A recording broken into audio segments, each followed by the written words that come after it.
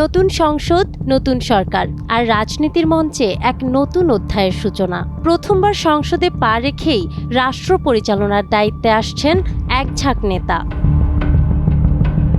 ত্রয়োদশ জাতীয় সংসদ নির্বাচনে প্রথমবারের মতো সংসদ সদস্য নির্বাচিত হয়েই মন্ত্রিসভায় জায়গা করে নিচ্ছেন ৩৩ জন নেতা।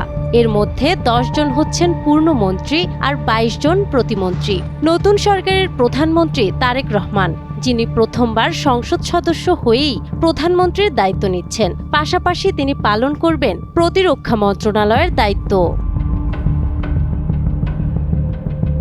প্রথমবার এমপি হয়েই মন্ত্রী হচ্ছেন দিনাজপুর ৬ আসনের ডাক্তার AZM জাহিদ হোসেন, ফেনী ৩ আসনের আব্দুল আওয়াল মিন্টু, সিলেটের খন্দকার আব্দুল মুক্তাদির ও আরিফুল হক চৌধুরী, এছাড়া আফরোজা খানম রীতা, মোহাম্মদ আসাদুজ্জামান, রাঙামাটির দীপেন দেওয়ান, ফকির মাহবুব আনাম স্বপন ও শেখ রবিউল আলম।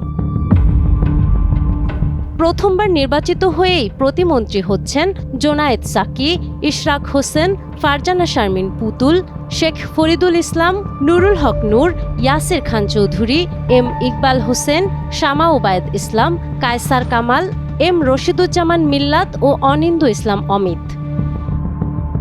এছাড়া শরীফুল আলম, সুলতান সালাউদ্দিন টুকু, ফরহাদ হোসেন আজাদ, ডাক্তার AM মুহিত, আহমদ সোহেল মঞ্জুর, ববি হাজ্জাজ, মীর মোহাম্মদ হেলাল উদ্দিন, হাবিবুর রশিদ হাবিব, রাজীব আহসান, মোহাম্মদ আব্দুল বারী ও মীর শাহে আলম। প্রথমবার সংসদে এসেই মন্ত্রিসভায় জায়গা পাওয়া এই নেতাদের হাত ধরেই গঠন হচ্ছে নতুন সরকার। নাহার বৃষ্টি, টাইমস টুডে।